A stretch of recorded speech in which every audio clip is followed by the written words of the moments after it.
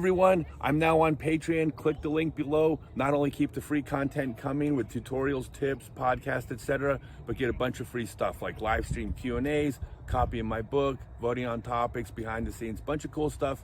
Click the link down below to join.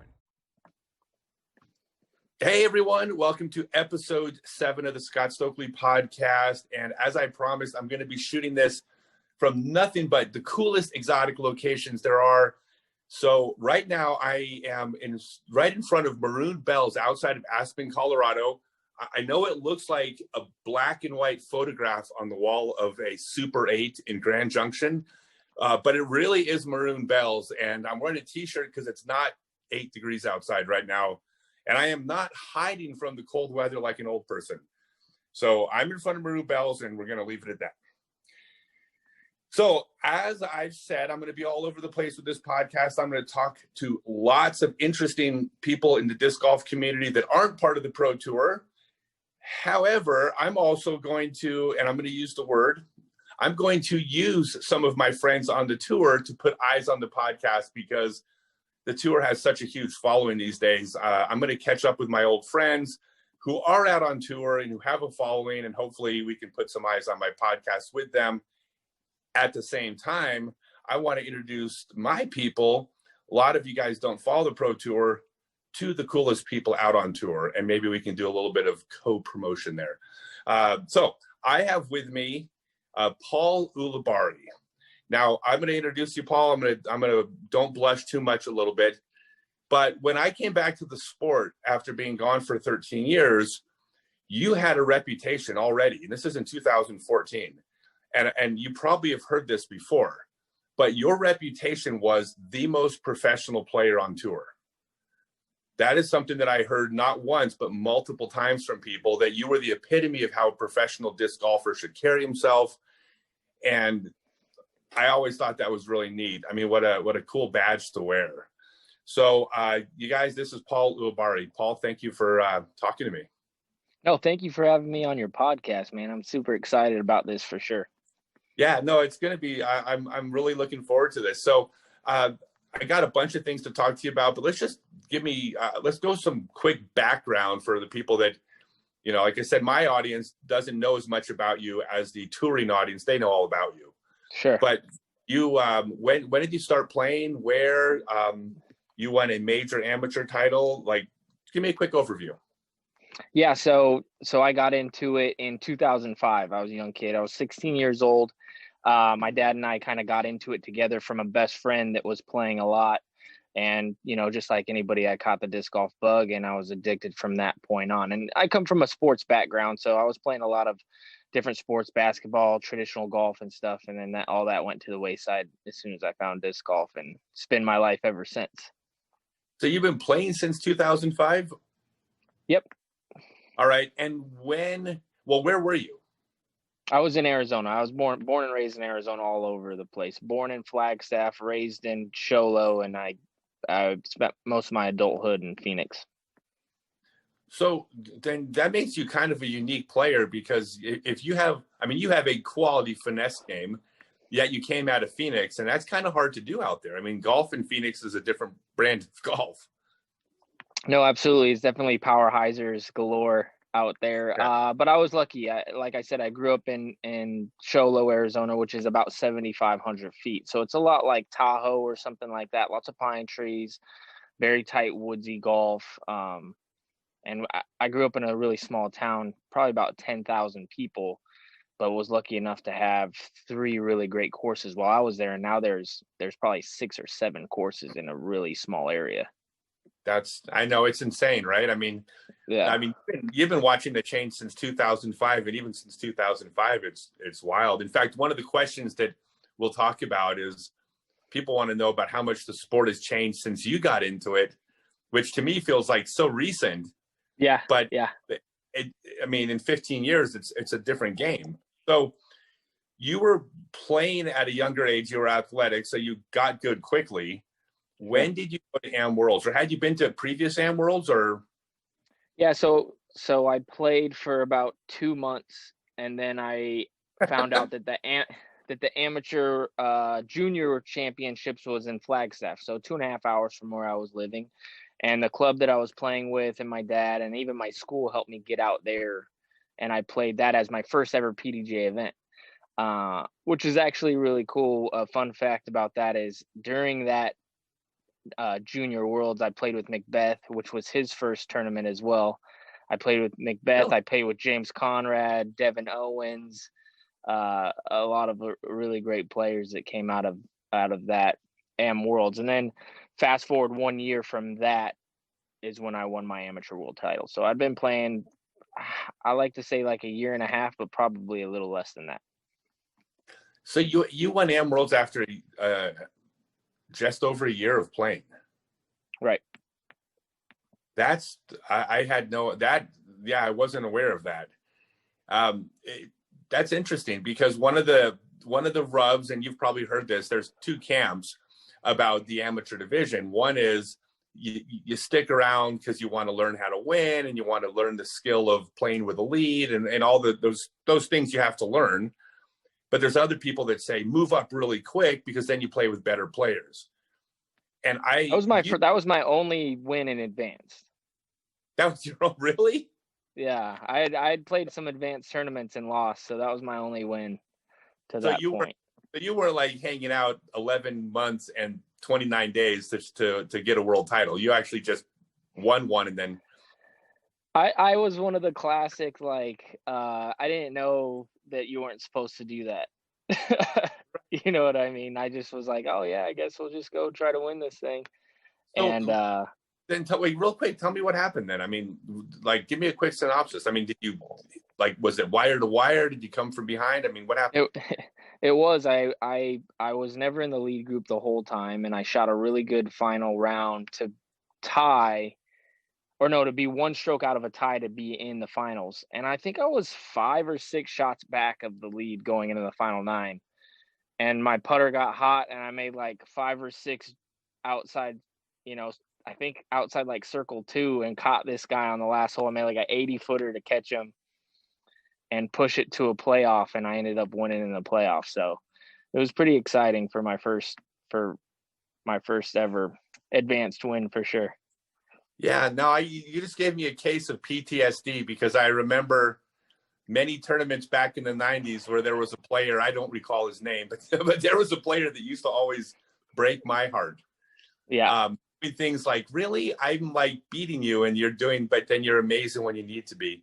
So who was the player? Brent Kuntz. Brent Kuntz was the unfortunate victim of my late final 9 heroics. Right. He had a putt to win, though. He did. He had a putt from about 25 feet after I made the 80-footer, and he missed it a bit high. So he had a chance to put me away. Okay, and then you went to sudden death? Yeah, we did a 3-hole sudden death playoff, and I ended up winning. Did you birdie to win, or did he? I did. It was in Tulsa, Oklahoma, so we actually played a few wide open holes, and then I remember we finally got to a wooded hole, where I learned, and I remember thinking like, oh, I'm gonna win. Like, this is a pretty easy shot for me, and I actually caught a really good break and like hit a stump and like rolled towards the hole, and he took a 4, and it was over. Gotcha. All right, so I quit playing in 2001, and I vaguely kept up for a few years. But when you started playing in 2005, like, who were the names? I mean, who were the players that you were looking up to? You know what? The best players at the time, Dave Feldberg was right there as being the best. Ken Kleinmel obviously was still the best. Avery Jenkins was the coolest. You know what I mean? Sure. Steve Rico was close to Arizona, and I had tight connections with him because he's really close with Dan Ginley, who was a big mentor for me in Arizona. I remember Chris Sprague was really good at the time too. Like, there were some great players for sure. How many players were out touring back then? I mean, I remember a few in the early 2000s. There was maybe a half dozen. Had it grown by 2005 or 2006, or was it still straggling? Stragglers. I think probably about 10 were on tour. From my history, knowing the people now, I would guess that there would be like 10 people out on tour. Probably maybe less less full time, but you know, those guys would hit like the national tours and stuff, probably like in between 5 to 10, I'm guessing. Okay. All right. So there were 5 to 10 guys out on tour. Did you have the vision of being able to tour at this point? Because, I mean, if you're a kid now, even though no one's getting rich, you could still look at Paul and Simon and Eagle and go, there's a dream there. But in 2005, did you see it that way? Or did you really think bread and bologna, people couches, like, they tricked me. The tour tricked me the big time. So I went to my first ever big tournament that I played was the United States Disc Golf Championship. So I won Am Worlds, and I come back and you get the free bid into the USDGC. And Dan Ginley was like, hey, you can come with me. I go every year. So that was my first, you know, big tournament. And you know how prestigious that is, and it's well run. And they, you know, I was really into traditional golf when I decided to go on tour. So I kind of knew the tournament flow of that, and it was very similar, the United States Disc Golf Championship. So I was like, oh, this is what it's going to be like. Like, this is what I want to do, you know? Oh. And I actually had a scholarship when I turned 18 to play traditional golf at ASU. And I turned that down to play disc golf, which was like really, really silly. But I'm sure you got second guessed by other people. Oh, my parents were so mad. So what was the career that, I mean, I know, well, maybe trying to pursue the PGA and all that, but I mean, aside from that, what was the career you would have pursued in college had you decided that a cubicle was more fun than travel in the world? I was taking like free classes for like business management, you know, the regular thing that you do when you're a kid. I didn't have any like big time goals as far as education went. I was into sports, you know, and that's what my main focus was. Like, I played traditional golf, you know, every weekend, and I played a lot of junior tournaments. So college wasn't really something I really wanted to do, you know. I wanted to get out of the house, travel, and be a professional athlete is what I was thinking. Gotcha. So what year did you first actually hit the road? I went it's a good question, because 2006 I won Am Worlds. 2007 I turned pro and I played a few tournaments. So I went to like the Beaver State Fling, United States, Florida, a few tournaments I actually got out of the house and traveled to do. And that's when I really kind of dipped my toe into the touring life, and I struggled big time. Like, I was missing cash at a bunch of tournaments and stuff, and it was like, I was definitely second guessing my not going to school. You know, I had already lost my scholarship and everything, and I'm like, well, this better work type thing. And I went full time 2008. So, well, who are you traveling with? Early on, I was really close with a kid named Corey Sharp, and he would come to stay with me. He was a super talented player back then. In 2007, he won Rookie of the Year over Nico Castro and myself. So he was a good player. We're still great friends to this day, but he has a family now and type thing. But I was going over to, he was from Utah, and I would stay in Utah over the summer, and he would come stay with me for that 1 year in Phoenix during the winter. So he was my travel partner. So how did you make ends meet then if you weren't cashing or barely did? I was hustling, man. I would play, you know, we would play local events, and there was at one point where I was in the gross scum water of Fountain Hills getting discs to give to spinners. You know, at one time they told me, they were like, hey, we'll give you at the time they were giving $2 store credit for a disc, right? And I was like, hey, you give me $1.50 for cash. And they're like, yeah. So me and my friend, we went to Fountain Hills, and I went like neck deep into that crud, and I ended up finding like 750 discs in one night, sneaking around in there, and then they had to give me all that money. So I mean, when you're eating ramen and potatoes, like $1,000 will go a long way. Yeah. I almost think everybody should have to do that. You know, and again, this is talking like an old person because like I think people had it made in 2005 compared to like, So you know, back in like the, you know, well, Glenn Whitlock was the first guy to tour as a disc golfer. yeah, And I don't know if do you know the story about Glenn when he toured, how he survived? I don't. Please tell me, please. Oh my God. Okay, so Glenn Whitlock, he was touring in the 80s, and then no one else toured until 91, which by the way was Dan Ginley. Dan Ginley was number 2. Well, I called there's people that toured in frisbee and disc sports, Sure. but actually on the pro disc golf tour tournament winnings is how I eat. That type of touring. Glenn did it in the 80s for a few years, and he was a professional eater. Like before, I think Kobayashi started, you know, made hot dog eating famous. Yeah. This is when I talk about Glenn eating, and people go, oh, I got a buddy who could like totally, you know, eat a lot of food. And it's just like when you tell someone you play disc golf, and they're like, oh, I got a buddy who's like a top player. They don't even understand what top player means. Same thing with competitive eating. Glenn could sit down and eat 8 to 10 plates of food at a sitting. So he would go to all you can eat restaurants. He would eat once every other day. And he would sit down and he would eat 8 or 9 plates of food when he did. And he would make money on the side in eating competitions. And eating competitions might just mean loser pays for the meal, but that would be free meals. And then he hitchhiked. No way. That's so incredible. Glenn was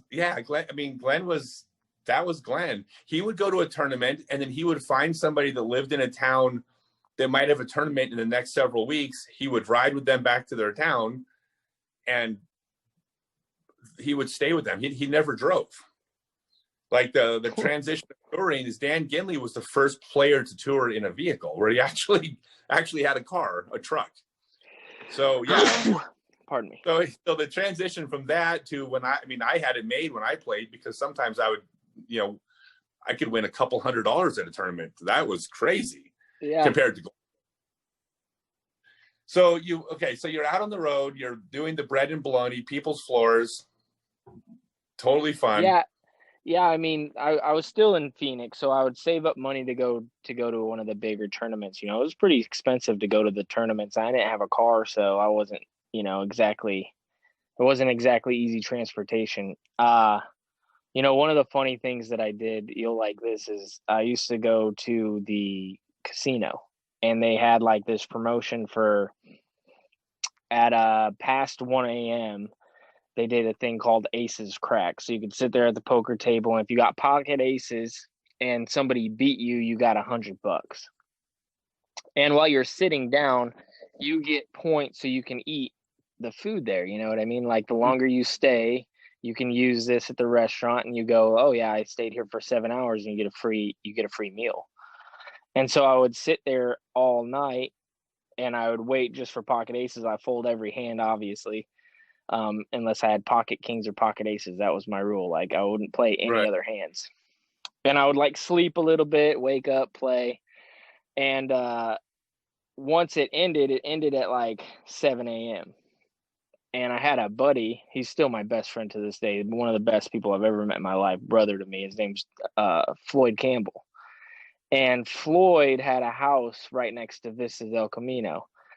And I would sneak into his house through his doggy door and stay during the day and sleep as he went to work. Like I knew his schedule. So I would like sneak into his house. And then eventually, like 2 months of doing this, I swear to God, 2 months of doing this, I wake up in his computer room. I'd sneak in the back, you know, make sure I didn't get caught.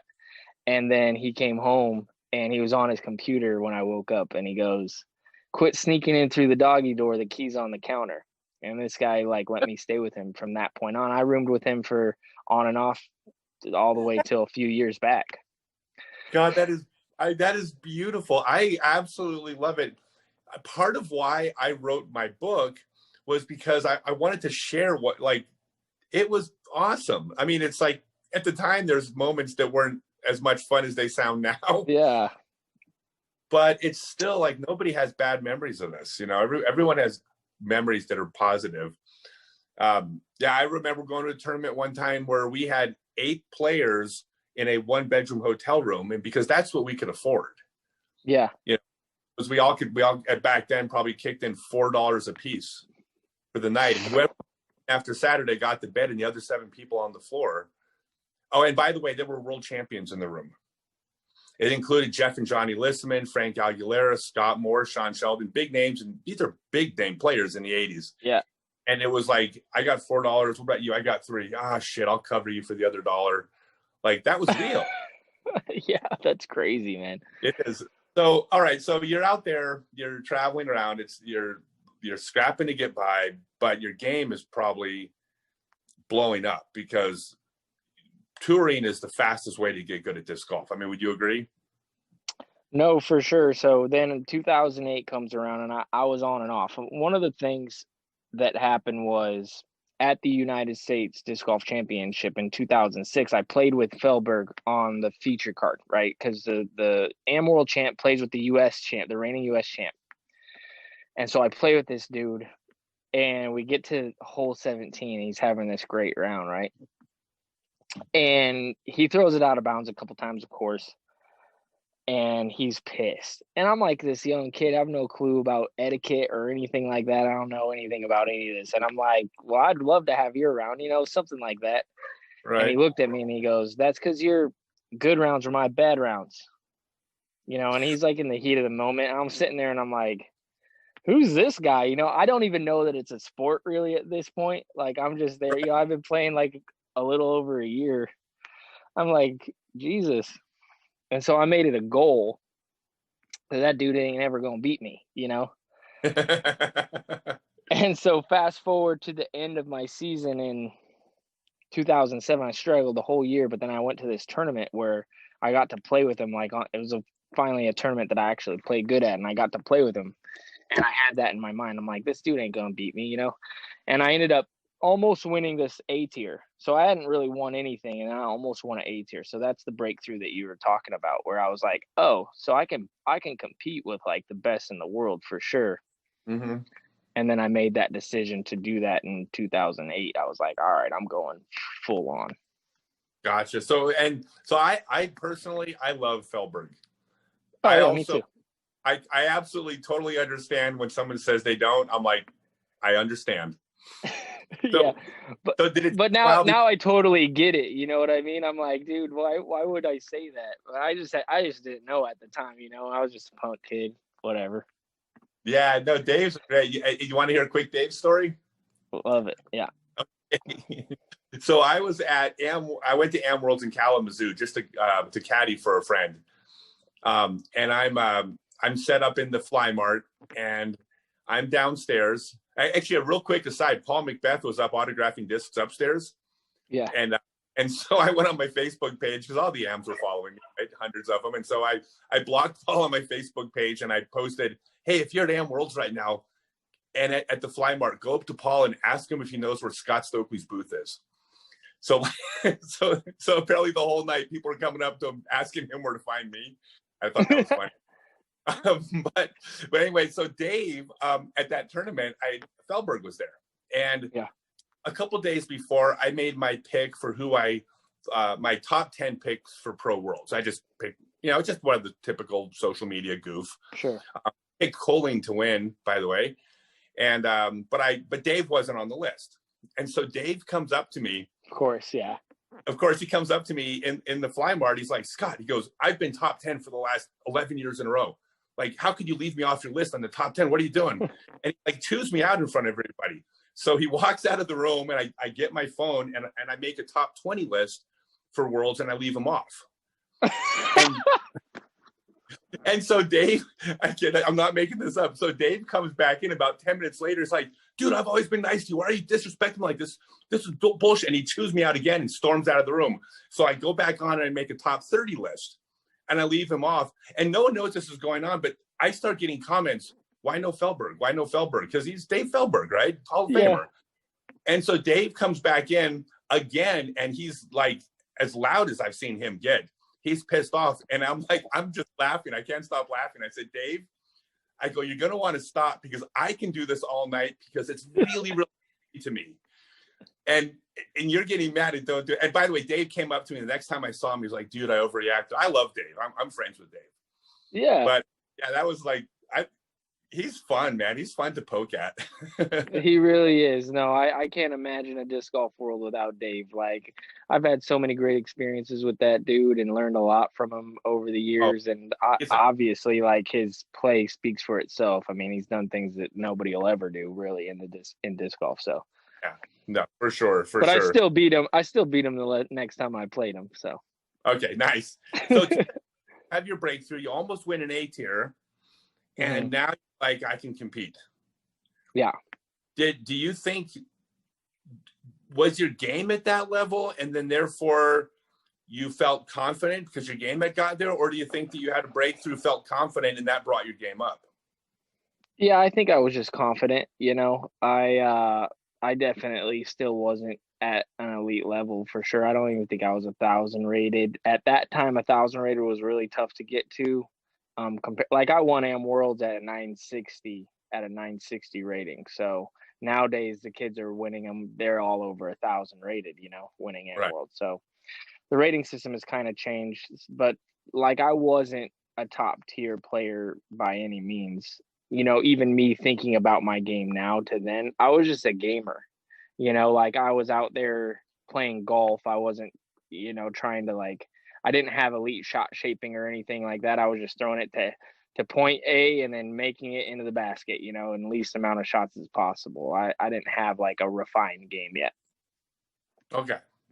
So when did that change? And are you on the road at this point, or are you still home basing and then going out for bursts? On the road. I didn't have a house really. Okay, so you're on the road at this point. Oh, yeah, full time. Are you supporting yourself just with disc golf? Yep. And was it just prize money or sponsorship, running events, lessons, or was it just prize money? Yeah, it was pretty tough, man. There was a few. 2008 was another kind of a booger year, man. It was tough for sure. I was getting like last cash a lot. I was like on the last cash tour. I wasn't like finishing very high up. But no, my game was getting there. I had 2 breakthroughs in my career that I remember that really changed a lot of things. And one of them was from Brad Hammock. One of them was from Josh Anthon. And the Brad Hammock one came during 2008 to where I was a really good putter outside the circle, like an elite level back then. I was making all kinds of stuff outside the circle. But once I got inside the circle, my putt didn't slow down. So I'd 3-putt quite often. And when you're 3-putting all the time, you're going to find yourself in that last cash area because you'll have a hot round and then you'll have a cold round, hot round, cold round type thing. And I was playing with Brad and I told him that, I'm like, yeah, I had just came off of, I was leading a national tour and then I got last cash at the national tour. So first round I was leading and then I dropped all the way down. I won $30 or something. And I was like, yeah, I don't know what it is. Like, I can't putt like consistently. And he literally I had like this power grip, putting grip, like this weird grip. You know, nobody ever really told me how to hold it. And he just put my finger on the rim. And from that point on, for like 3 years, I became a really good putter inside the circle. And that changed from me being, you know, pretty good to like one of the better players. That was Brad Hammock. Yeah. Yep. Yeah. I've good friends with Brad from back in the day too. I haven't seen him since I came back though. All right. And then what happened with Josh Anthon? So fast forward probably about a year, 2009, I was playing with him and I had really great sidearm, but I had no backhand, all power backhand. And he told me if I wanted to ever be a great player, like I had to learn how to land the disc to where it never had action. So like Stallheisers and, you know, whenever I would throw a shot, it would land and have a lot of action. It would skip left, skip right, skip forward. And so I took that to heart and I did a lot of field work in that off season and learned how to land all my shots to where they didn't have as much movement. And from that point on, my backhand game really took a different level of, well, it just took my game to a different level. Yeah, that makes sense with the course. I mean, Josh is from Orangevale.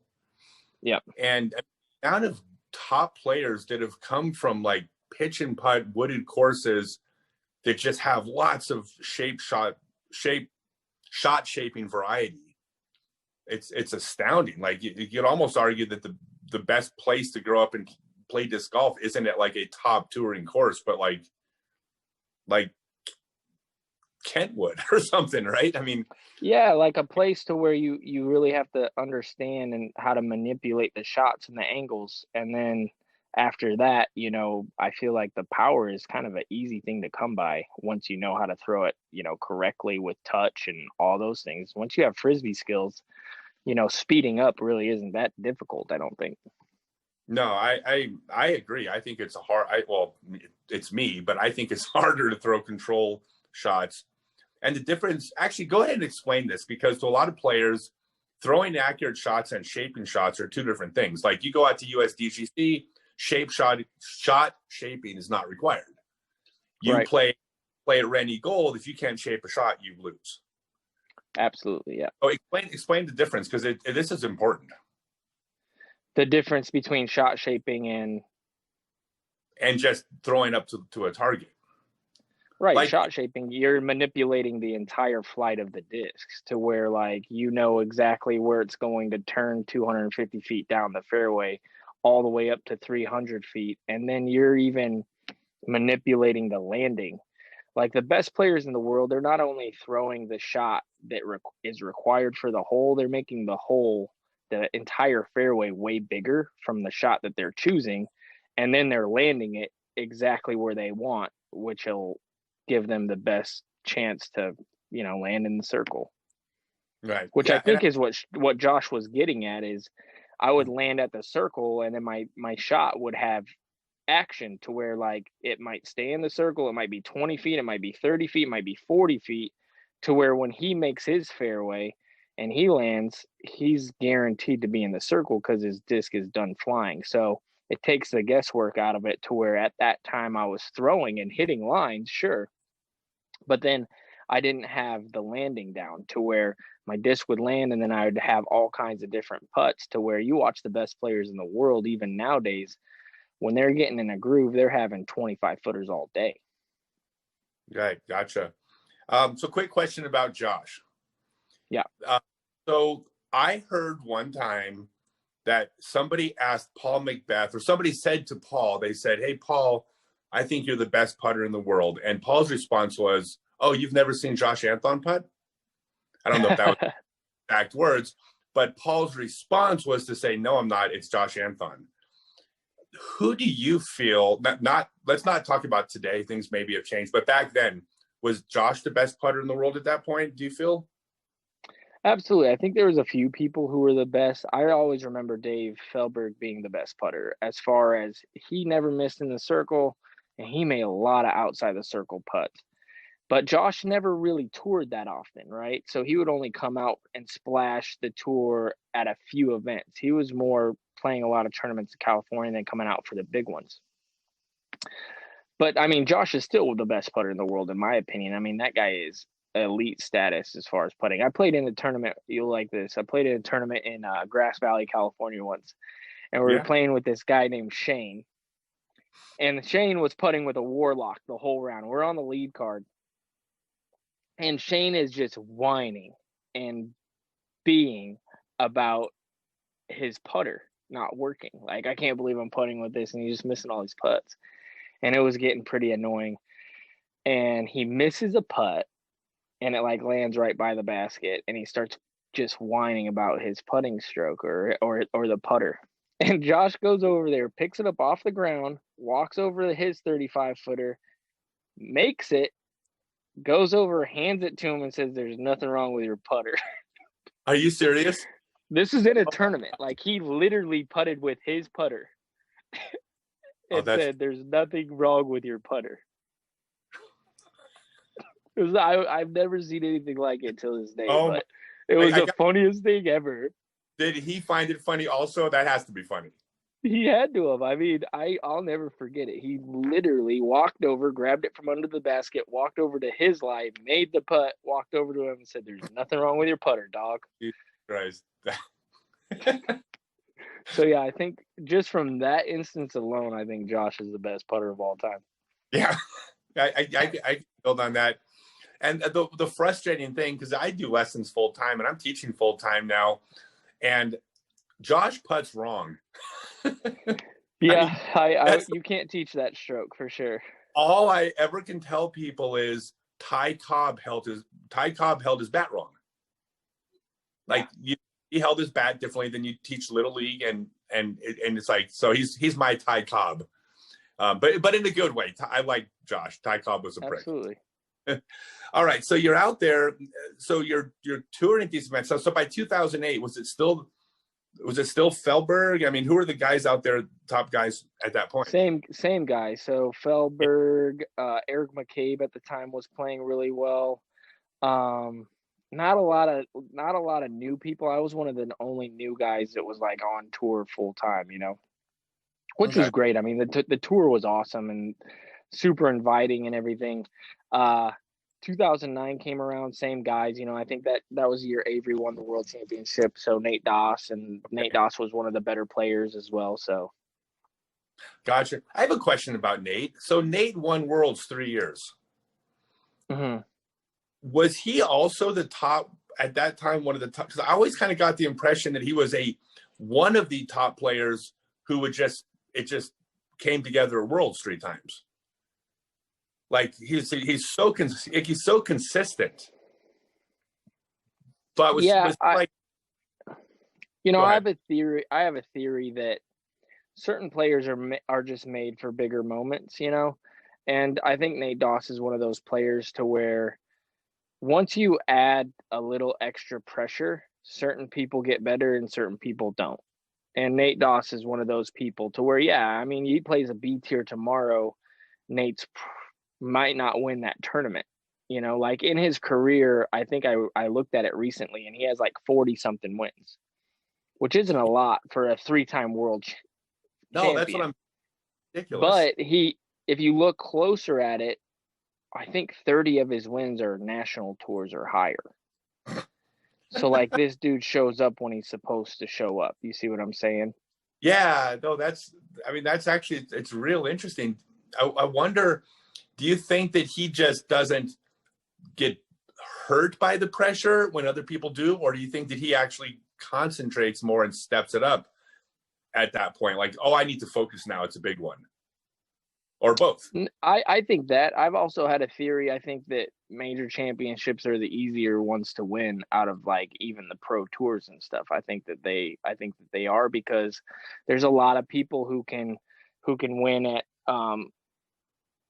smaller tournaments, even pro tours, but once a major championship, you even put the letter in front of the tournament, half the tournament doesn't have a chance.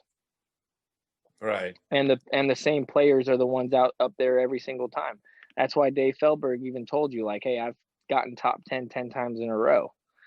Like, I bet if you look at that same list, you could find 5 other guys who are in the same top 10 those 5 years in a row, and then you sprinkle all kinds of different people in there every other year.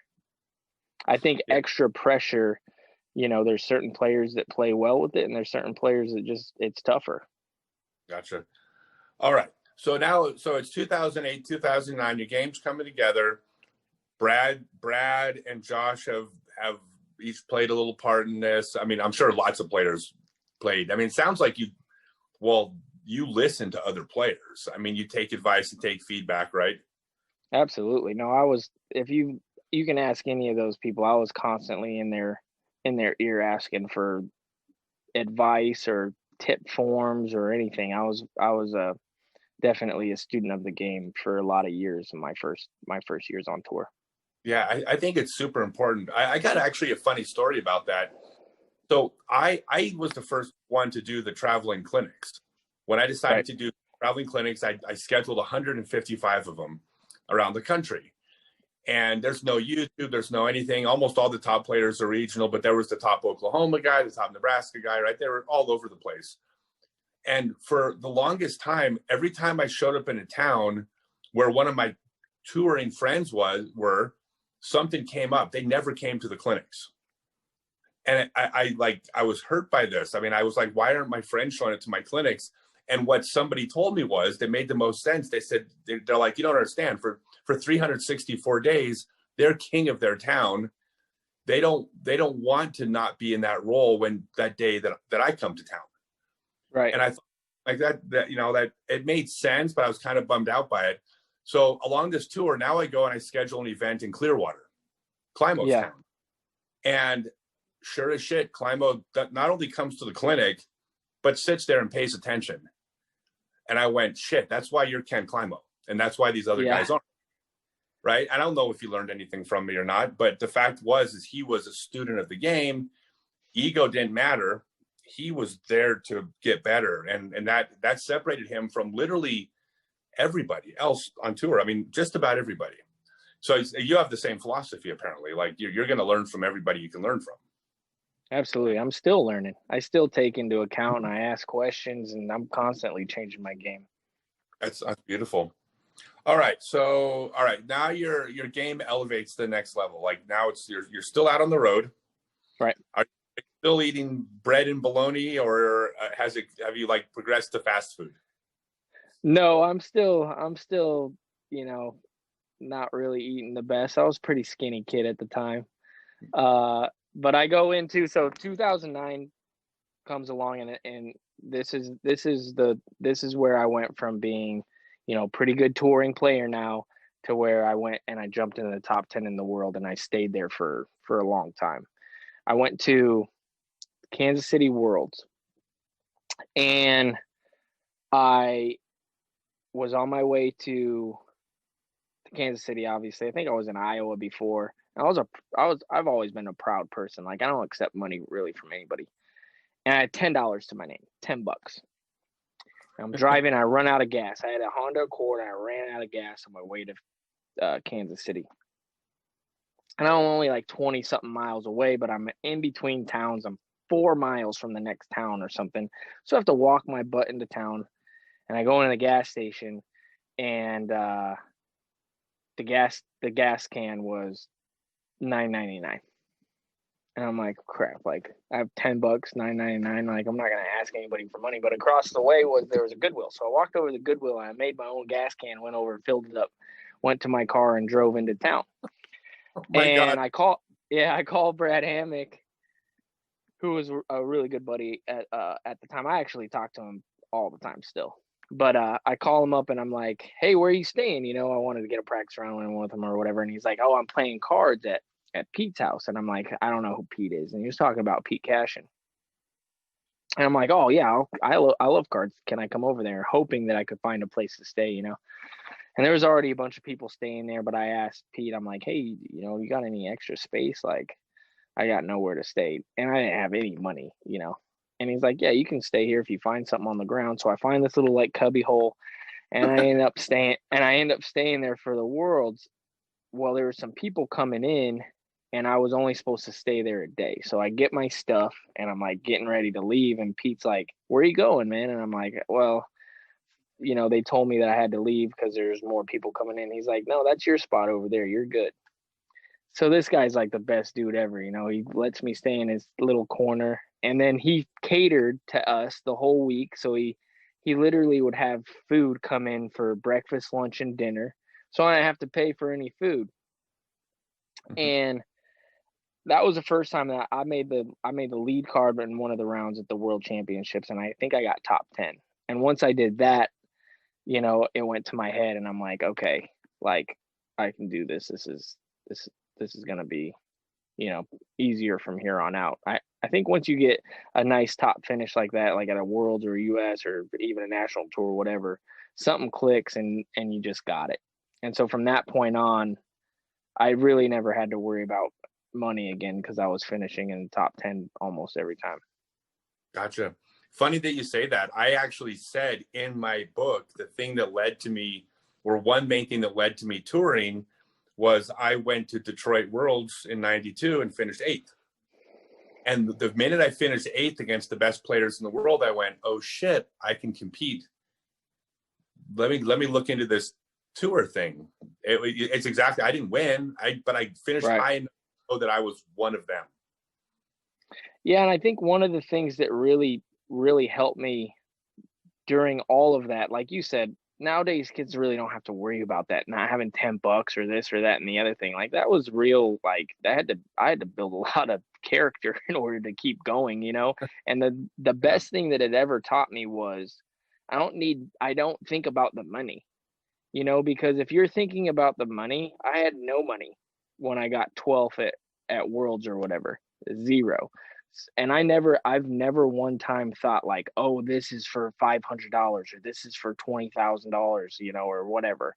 That's one of the things that has always helped me is I've always been so competitive that I never thought like I have to cash, otherwise I can't make it to the next weekend. I was always obsessed with just a higher finish, you know. Getting last cash was great, but not winning the tournament always drove me nuts, or not getting, you know, top 4, or not having people watch you. That's always been like my driving motivation.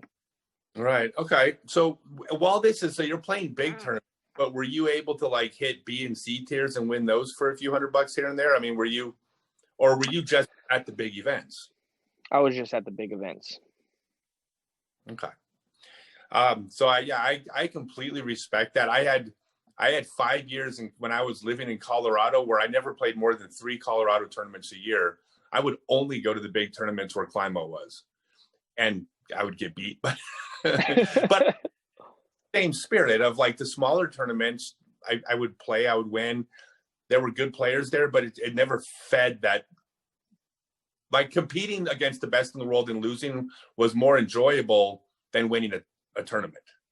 See, now I'm completely the opposite. I would way rather go win a tournament than get beat by the same guys every weekend. So I splash into those little smaller tournaments a lot more often. Absolutely, yeah. Oh, I think there's something to it. You know, I think there's something to going in, winning I'll go and I'll win a couple small tournaments before I play the World Championships. That's like part of my warm-up process.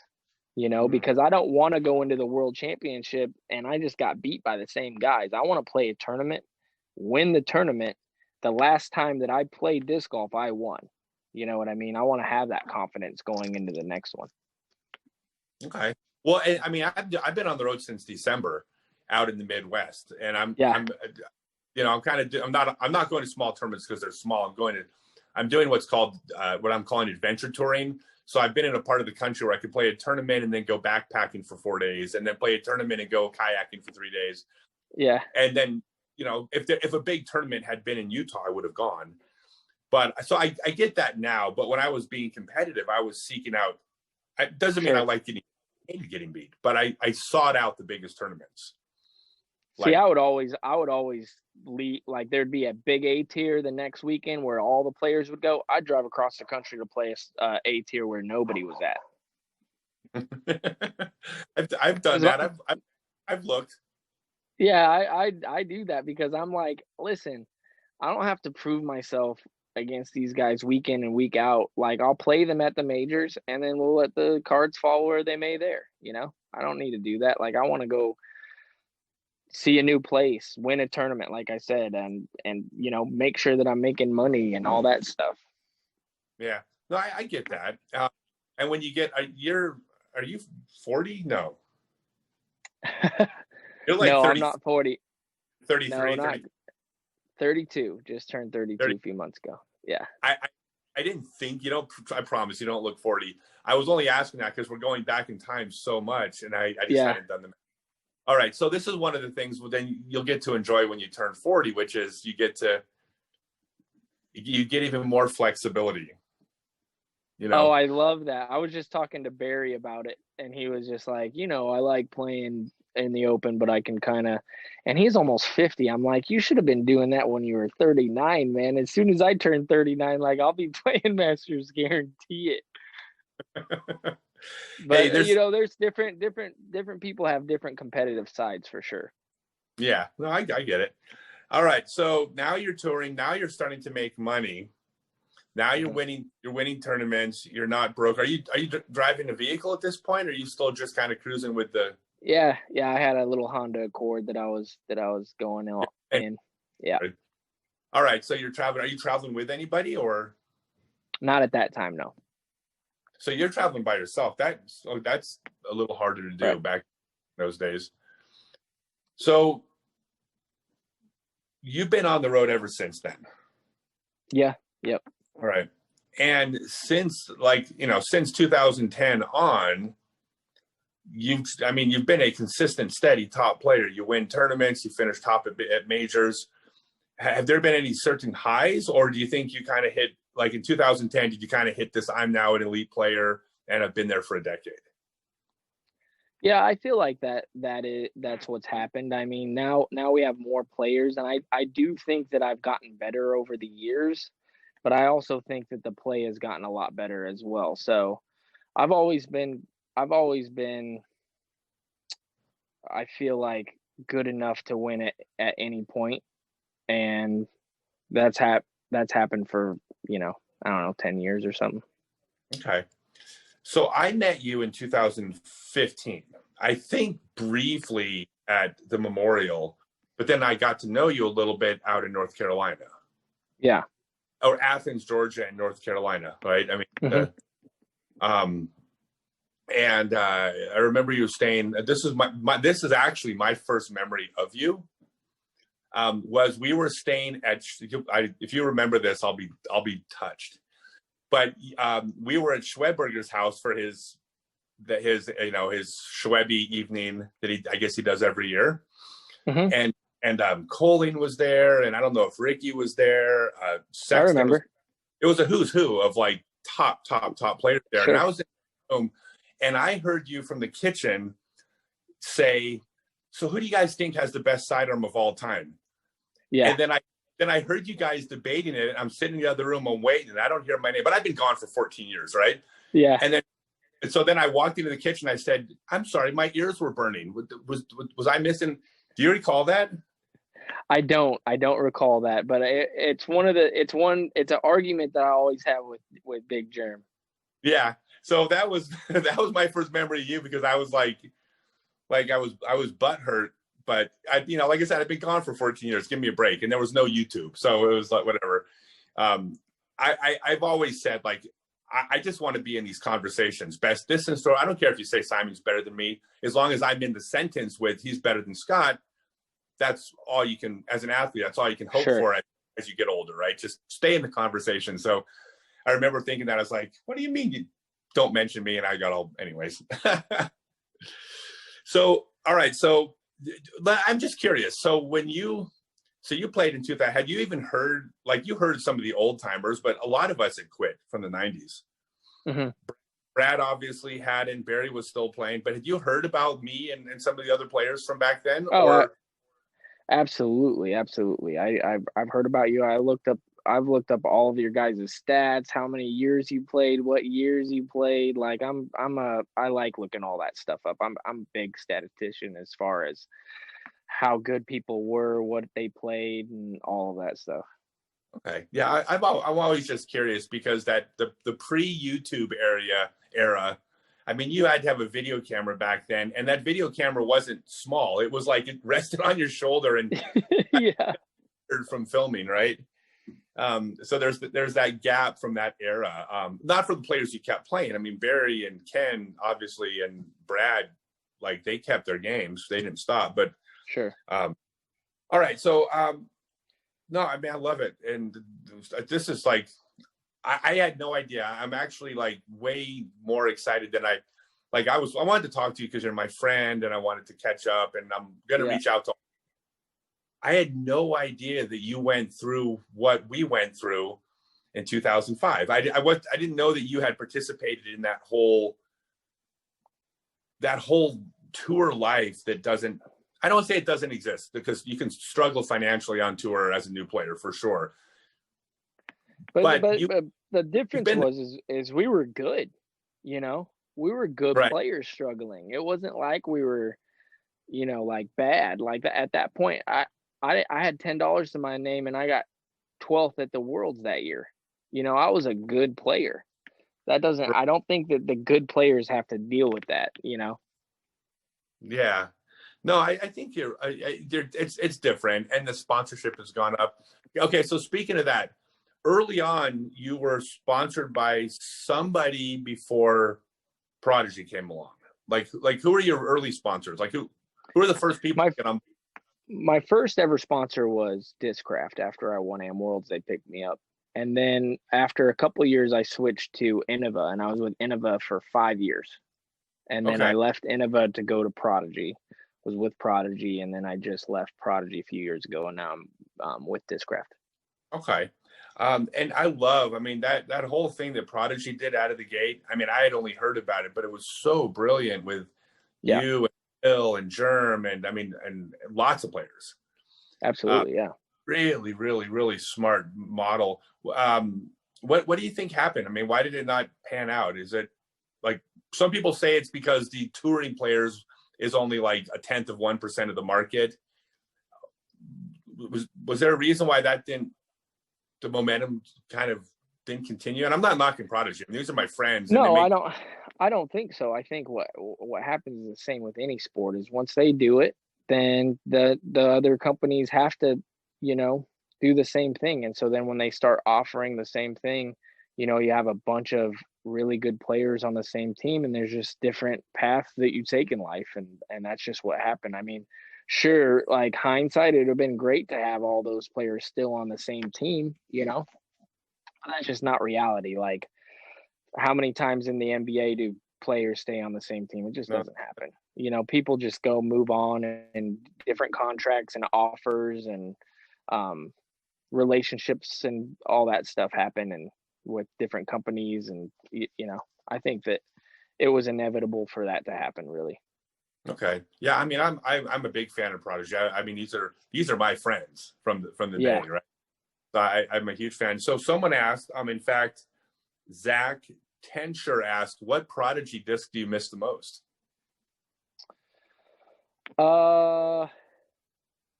Loaded question, but I respect it. I think, I really enjoyed throwing the M2. They had a mid range that I really liked. I'll just stick with that. They have a really good mid range called the M2 that, I had like a bunch of the same run, and it would just have some fond memories with that disc for sure. Okay.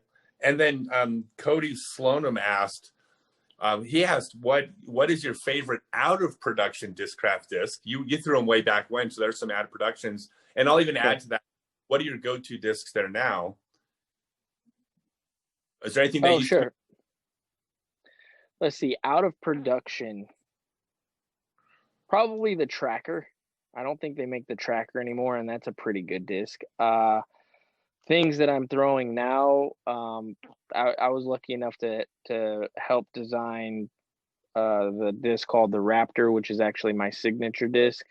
And it's very similar to like a really overstable fairway driver, Firebird, or I think it's the Explorer with um, Latitude, or yeah, basically those are some good comparisons. H1 with Prodigy, so just an overstable fairway driver.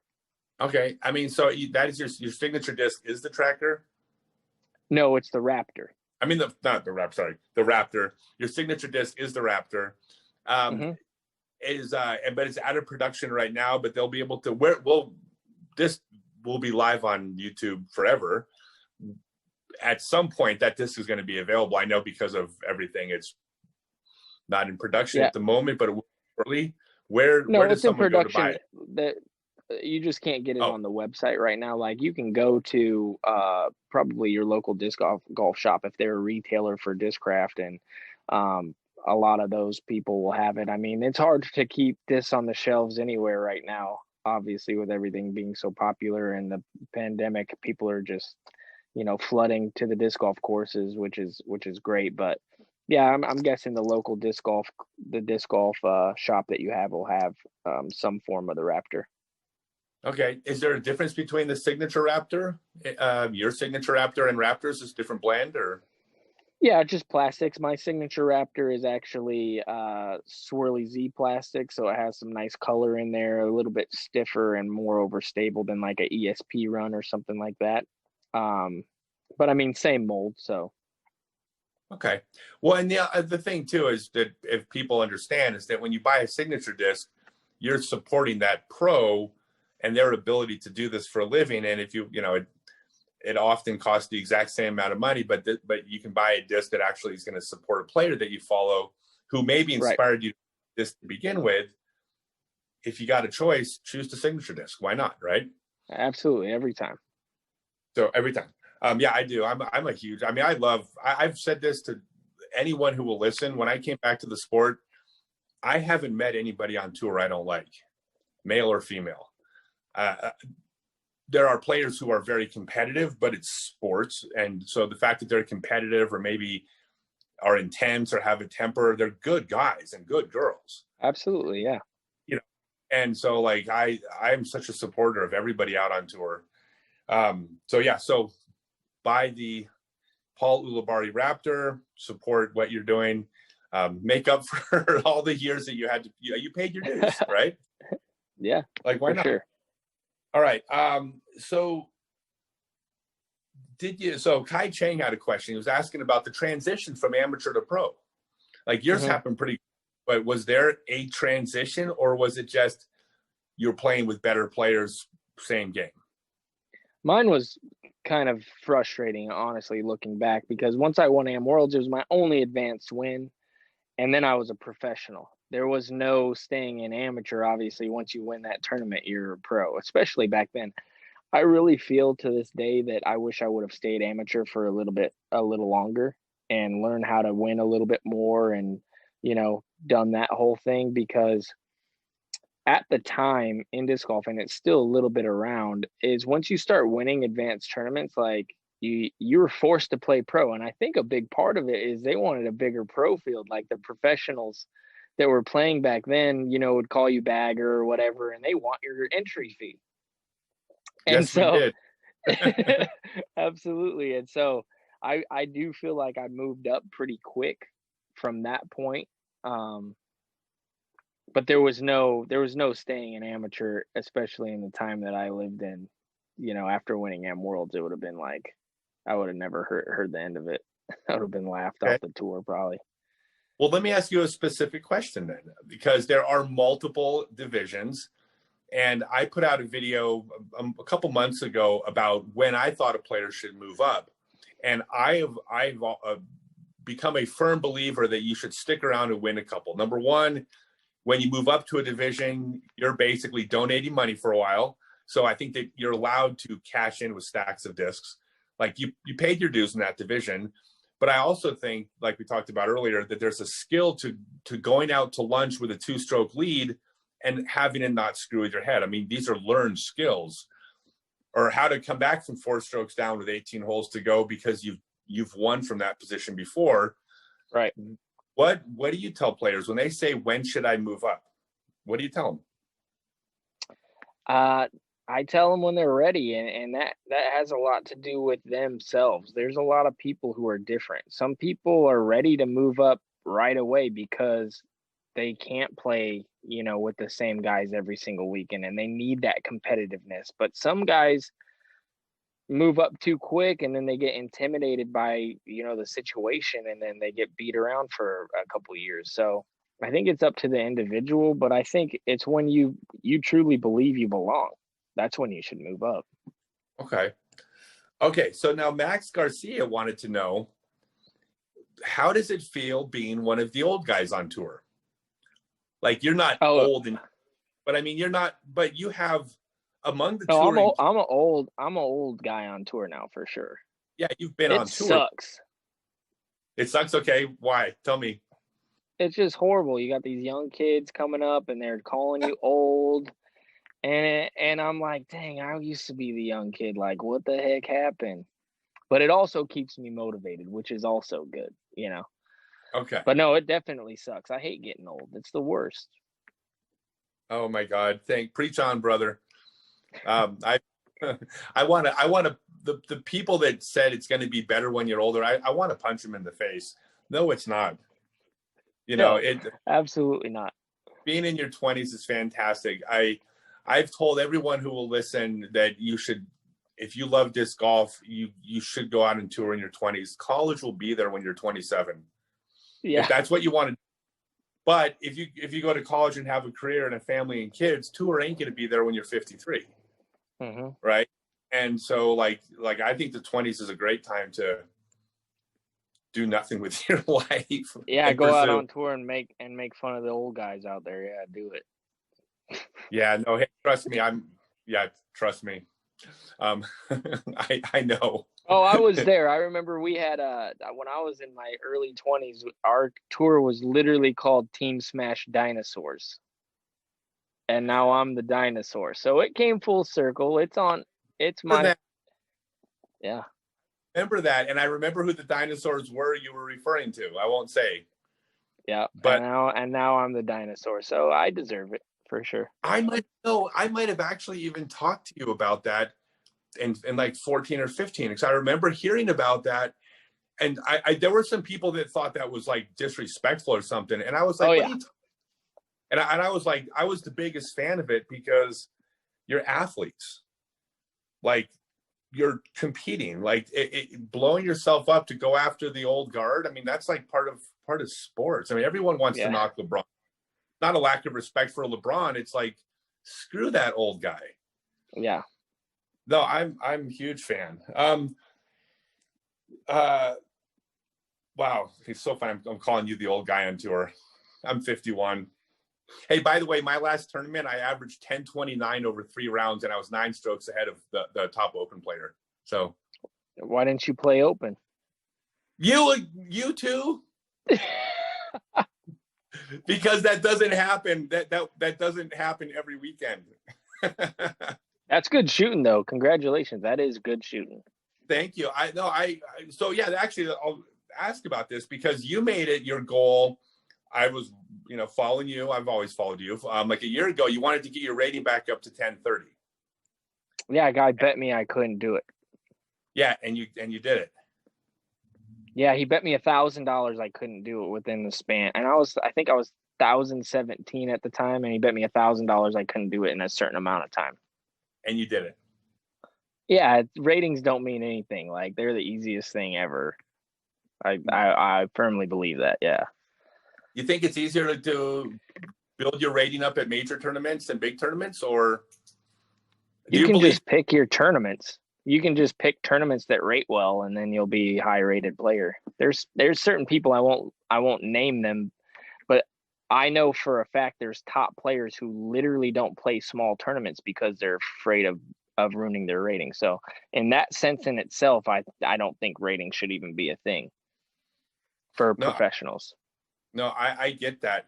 I actually, because I was last year and off. And sorry to interrupt you, but that was the reason that I made the bet. Is I said that I'm like, ratings are ridiculous, and this guy's like, yeah, it's because you're not one of the top rated guys. And I'm like, I could be a top rated guy if I wanted to. And then that's when he's like, I'll bet you $1,000 you can't get to 1030 in whatever the amount of time. I'm like, bet. That's rad. So I actually, because I had taken all of last year off, I hadn't been playing or anything. I take these periods. So I was down to like 980 something. And then so when I came back out in December, I said, I'm going back in the road. I'm like, my goal was to get back to 1,000 rated, and I'm 51, right? So 1,000 rated is still pretty. And on the last ratings jump, I was 999. And on the last ratings jump, I was checking to see, and I actually jumped to 1010. Wow. And that's a good rating. I went, oh shit, that's pretty damn good for 51 years old. I'm like, hell yeah. So like, I didn't really care much about ratings until I had one that I could be happy about. Then I'm like, yeah. Ratings matter. Yeah, ratings are awesome. Yeah. So this is, man, I'm so stoked. So I need to know, like, you're touring right now. I mean, you're living in North Carolina. You're actually at Jeremy Colling's house. Mm-hmm. And actually, I do want to ask you one more question I want to ask you something about Jeremy, because he's not there, right? No. Oh, good. Let's talk about him. Deal. Okay. And so I'll save my last question for the end. So You and Jeremy have been close friends forever. Yes. All right. And so Jeremy is among all the newer players, he's the one I've connected to the most. I love that guy. I feel very close to him. I care about him a lot. We've gotten into a lot of prank wars, me and him. Yeah. He is so much fun to prank. Yes. There was a specific prank that I heard about from you, but I want to hear your side of it. So the prank was Jeremy had to leave a tournament before the awards ceremony. Do you remember this? I don't remember. Oh, so maybe then it might not be this might be dead time on the podcast. This is where I convinced everybody to start texting him about how unprofessional he was. I vaguely remember this. Okay, so then we won't even go down that rabbit hole because this will conversation. So okay. But I remember you had messaged me at the time to tell me that he was all freaked out, and I was really, really pleased. Okay. So Germs, you're staying at Germs' house. You guys are now co-hosting. Tell me about that briefly, where they can find you. Well, we do the commentating for Jomez. Right. And do you guys do anything together besides Jomez, or is that your gig? We do that, and then we also are involved with the practice rounds through Jomez Pro, and that's pretty much about it. Okay. Somebody asked, I don't even have it here, but I'm going to ask you. They wanted to know, how can we never beat Big German practice rounds? Because I'm practicing. There you go. I was really hoping you would say that. That's the only answer, because who gives a shit? All right. You have a YouTube channel, and you are promoting a lot. I mean, you're clearly one of the best teachers out there because you're a student of the game. So tell me what you're doing on your YouTube channel. I'll make sure I link it in all the descriptions and stuff. So what are you doing? No, so honestly, similar to what you're doing, I looked at your YouTube channel before we did this, and we do similar things. Like, I just do little quick tips. Every week I put out one a week, and it's called Down the Fairway. And I do like a 3-minute tip of the week type thing with different pros and things like that for people to, I wanted to come up with something instead of watching an hour-long clinic or something. Somebody can just type in like putting or whatever, and then they'll find like 3 really quick tips from different pros or different, theories and things like that. And so I've been doing that since quarantine. Okay, I think that's beautiful. People are shocked that I link and I promote and talk about other teachers, like as if we're competing with each other in a sport where there's 10 million players, like right. As if 10 of us are competing with each other or something like that. It's so stupid. I haven't checked out your stuff, but I will, because I learn from everybody. So I'll definitely take a look. But what I know of you, there's no question your content's going to be good. So I appreciate that. I do. Yeah. Oh, yeah. Yeah. I actually just made a video about how to choose a disc golf teacher. And what I said on the video, and I believe this, is that the end goal of what I try to get someone to do and what you get them to do is going to be like 97% the same. I mean, we agree on how to throw a disc, but our approach to teaching people is going to be different. We're different people, different personalities, different styles. Absolutely. And so when you look for a teacher, it's not about who has the best information. It's about who has the best teaching style, I think. So if someone connects with your personality more than mine, you'll be a better teacher than me for them all day. And so I encourage people to look around and find a style. And so I'll link to your videos. If you check out your videos and it's clicking what you're trying to communicate, then you're the go-to. And it also I absolutely agree. But yeah. I say check them all out. One way of teaching, you say we're going to be saying the same thing, and the way you explain it to some brain might work, and it could be that little moment. Just like I had that moment with Brad Hammock. Hopefully, these things that you and I and the rest of the people who are posting these things on YouTube or doing the clinics, hopefully we can do that for the next generation as well. Oh, I'm sure we can. I mean, so that was my final question. Where do you go from here? Because you're out touring. I mean, you can tour and make a living forever, but you have such in the sport and so much experience and connections. You also have the advantage of everybody likes you. That opens doors. And now you're doing the Jomez thing. Like, where do you see your future going in the sport? I mean, you're still a top player. You can still win worlds next year. But where do you see your career going at this point? It's a tough question because I am, on my last elite years of being. Like, I think it's really important for an athlete to understand that and then maximize what they have when they have it. And I know that, I got about 5 more years maybe of really good disc golf. And so during that 5-year span, I want to become the best disc golfer that I could possibly be, because I don't want to be done and then think, man, I wish I could have, those last couple of years or something like that. But past that, I mean, I want to just keep growing my brand and teaching.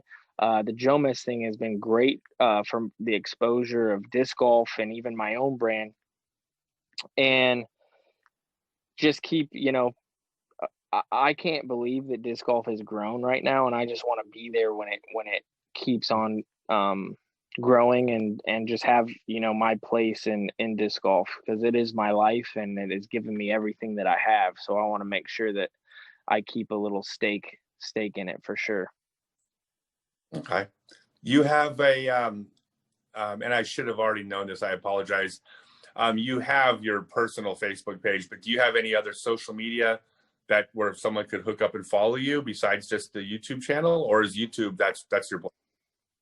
No, YouTube is something I just started. I have an Instagram, and you can follow me on that at @1Uli, and then Facebook I'm all full, but if you send me a nice enough message, I might delete somebody else. Maybe a little. No, No, that's cool. Do you have anything else? I mean, anything else you want to?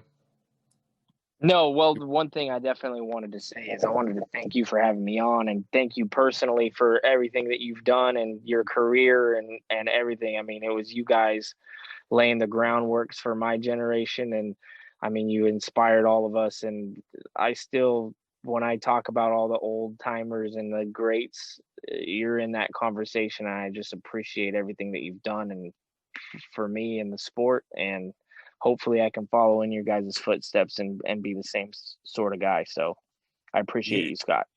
And that means the world to me. And you guys are on the path. I mean, you're pursuing things outside of competition. My one piece of old man wisdom for you is that the people that pursued disc golf interest outside of just competing are doing okay. And the players that didn't look forward past that, they're the ones who were bitter. Right. Because they're no longer competing, but they didn't build that brand. And so what you're doing with Jomez and the teaching, like, there's a very lucrative career forever if you stick to that. And so my only advice to you is to keep pursuing that, because I appreciate that. But you're good. And I can't even state this strongly enough. People like you. And when people like you, doors just open. And so if you keep doing you're going to be you'll be fine. So thank you. Thank you for the kind words. That's really nice to hear. All right. And so your Germ's house, I'm going to think of something to do to sabotage his house while he's gone, because I can't miss this opportunity. I'm going to think of something. But hey, cool. I appreciate everything. Thanks so much again. Man, you're the coolest dude. I can't wait to see you on tour, which I'll bump into you again. And until next time. Love it. Thanks again, buddy. All right. Thanks, man. Bye.